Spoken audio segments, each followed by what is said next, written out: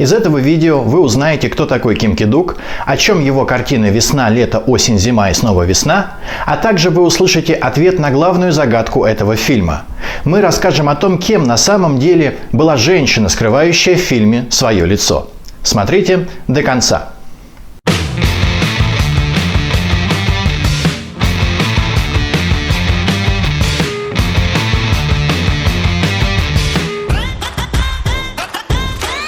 Привет, дорогие друзья! Это Белинский, и вы смотрите канал, в котором мы с вами обсуждаем прочитанные книги и просмотренные фильмы. Здесь известным большинству людей произведениям мы даем свои интерпретации и трактовки. Местами банальные, местами безумные. Впрочем, банальности мы стараемся по мере возможности избегать. В конце 2020 года от коронавирусной инфекции в Риге скончался известный корейский режиссер Ким Ки-дук. Автор более 30 картин, в России он известен прежде всего как режиссер и сценарист фильма «Весна, лето, осень, зима» и снова «Весна». Нашему зрителю эта картина пришлась по вкусу, потому что она соответствует тем ожиданиям, которые мы возлагаем на азиатское, на восточное кино, снятое настоящим азиатским режиссером. Это философская буддийская притча о том, что желание и страсть порождают страдания, о том, что жизнь на земле идет по кругу. В фильме есть мудрый учитель и молодой неумный ученик.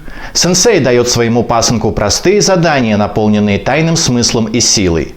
А в конце фильма вчерашний юнец сам становится учителем и даже находит себе воспитанника. И мы видим в этом новый виток бесконечной спирали жизни. Еще в фильме есть немного карате, кунг-фу, и мы понимаем, что вот она, настоящая азиатская духовность, загадочная восточная душа со всеми ее атрибутами. Действительно, в картине много мистических намеков на буддийские и восточные мемы. Каждому времени года соответствует свое животное – кот, собака, петух и черепаха. Ребенок, получающий мудрое восточное поучительное наказание от мудрого старика. Юноша, который сбежал от сенсея, увлеченный страстью, но, будучи этой страстью побежденный, вернувшийся в храм, чтобы успокоить свою душу и искупить вину. И все они, и юноша, и кот, и пес, и даже петух, постоянно проходят в установленные повсюду двери без стен. Действие, по сути дела, бессмысленное, ведь если нет стен, то дверь можно просто обойти. Но в контексте буддийской тематики мы понимаем, что это духовный переход. Либо акт смирения, либо форма медитации, либо проход из земной жизни в мир божественный. И даже сам дом, плавающий на поверхности горного озера, олицетворяет собой духовный внутренний мир человека, к которому мы приплываем, когда нас мучают вопросы, ответы на которые наша обычная жизнь нам дать не может. Часто в кино и в книгах рассказывается какая-нибудь понятная история. Есть сюжет, есть герои, конфликт, завязка и развязка. И 90% людей обращают внимание только на сам сюжет, буквально воспринимая то, что им показывают, то, что они читают. И для большинства произведений их буквальная трактовка действительно вполне достаточна. Но есть и другие книжки, и другие фильмы, в которых есть несколько слоев. И в первом слое размещен сюжет, который трактуется буквально.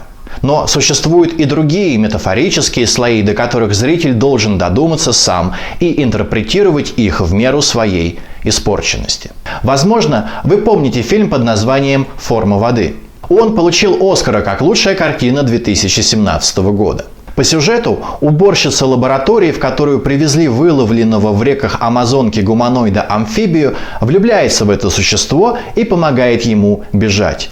Их преследуют и в конце даже убивают, но в итоге они оживают, а у главной героини даже появляются жабры. Как только критики не трактовали эту классическую историю красавицы и чудовища. Кто-то говорил, что это кино о проблемах мексиканских мигрантов в Америке, ссылаясь на то, что главная героиня была немой, а это намек на проблемы с английским языком у мигрантов, а человек-амфибия, кажется, был взят из мексиканского фольклора. Да и сам режиссер фильма Гильермо дель Торо – мексиканец. Так что эта версия звучит вполне логично. Но слишком просто для другого критика, который заявил, что чудовище в фильме, видимо, олицетворяет собой мистическое языческое начало, которое подвергается дискриминации в христианском католическом мире. Но дальше всех пошли критики русской газеты, которые сказали, что фильм плохой, потому что главная героиня инвалид, а ее подруга негритянка, что по сути есть пропаганда чуждой русскому человеку западной толерантности к инвалидам и неграм.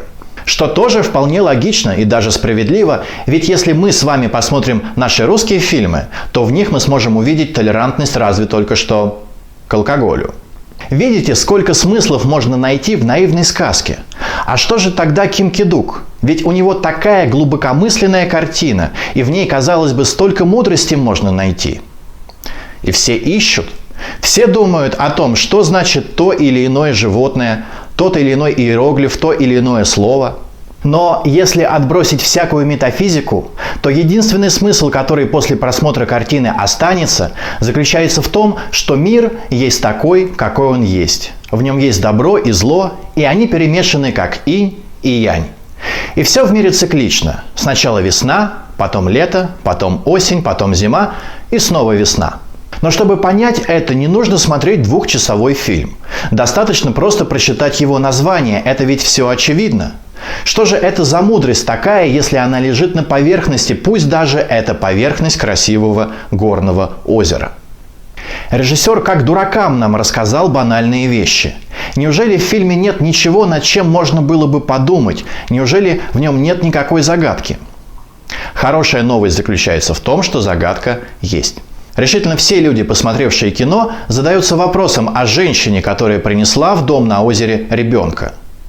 Главный герой когда-то сбежал из этого дома за своей любимой и в миру приобрел очень богатый опыт. Он женился, зарезал свою жену, отсидел и вернулся в домик на озере жить скромной жизнью буддийского монаха. И вот однажды зимой, когда озеро замерзло, в этот домик по льду приходит женщина с годовалым мальчиком на руках. Она хочет оставить этого ребенка монаху. Но примечательно то, что женщина перед тем, как войти в дом, завязывает свое лицо шарфом. Монах пытается открыть ее лицо, но женщина не дает. Она оставляет ребенка, выходит из дома, проваливается в лунку, которую усердный буддийский послушник выковырял в аккурат перед хижиной, и умирает. А монах наутро вылавливает ее труп, развязывает шарф, смотрит на женщину, потом привязывает к себе камень и идет в гору устанавливать статую Будды на самой вершине. На этом фильм заканчивается. Но почему монах привязал к себе камень после того, как увидел лицо женщины? И почему женщина завязала себе лицо? Очевидно, потому что она хотела его скрыть. И если мы подумаем, то у человека могут быть только две причины, чтобы скрывать лицо. И прежде всего, в этом фильме нам на ум приходит первая из них. Нам априори кажется, что женщине было стыдно за то, что она бросает ребенка. Поэтому она не хотела, чтобы кто-то в этот момент видел ее лицо. Не хотела, чтобы ее осудили. Не хотела потом однажды где-то в толпе встретить этого монаха, который закричал бы: «Я узнал тебя, курва, смотрите, люди, это та самая». И мы считаем, что женщина завязала голову шарфом, потому что не хотела, чтобы ее запомнили. Но есть и вторая причина надеть маску. Человек может скрывать свое лицо либо если не хочет, чтобы его запомнили, либо если не хочет, чтобы его узнали. А узнать человека может только тот, кто видел его раньше, возможно, прошлым летом. Мы знаем, что главный герой сбежал когда-то из дома в поисках любимой, и на ком-то женился, и кого-то убил. Но, видимо, он так и не нашел ту, за которой пустился в путь. Она пришла к нему сама. Она даже и не знает, что он куда-то убегал и искал ее, но она всегда помнила о нем. И в ту зиму, когда жизнь для нее стала, видимо, совершенно невыносима, она пришла к этому домику на горном озере, как к единственной светлой надежде, которая осталась у нее в сердце. Когда мы смотрим фильм Ким Ки-дука, он подсовывает нам то, что мы ожидаем увидеть – восточную притчу. Но весна, лето, осень, зима и снова весна – это не мудрая и не буддийская картина. Это мелодрама, это love story. Все великие режиссеры снимают простые истории и прячут в них философские смыслы, а Ким Ки-дук снял философскую притчу и спрятал в нее простую историю любви. Мы часто ищем сложное в простом, но способны ли мы разглядеть простое в сложном? Вот что я хотел сказать про этот фильм. Жду ваших комментариев. Напишите, что вам понравилось, что не понравилось, с чем вы согласны, а с чем нет. Задавайте вопросы и подписывайтесь на канал. А в следующем видео мы с вами поговорим о произведении Селлинджера «Над пропастью во ржи». Подпишитесь на канал, чтобы ничего не пропустить.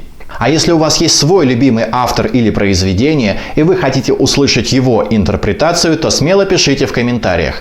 По лучшим предложениям я сниму новые ролики. На этом я с вами прощаюсь. Всем пока!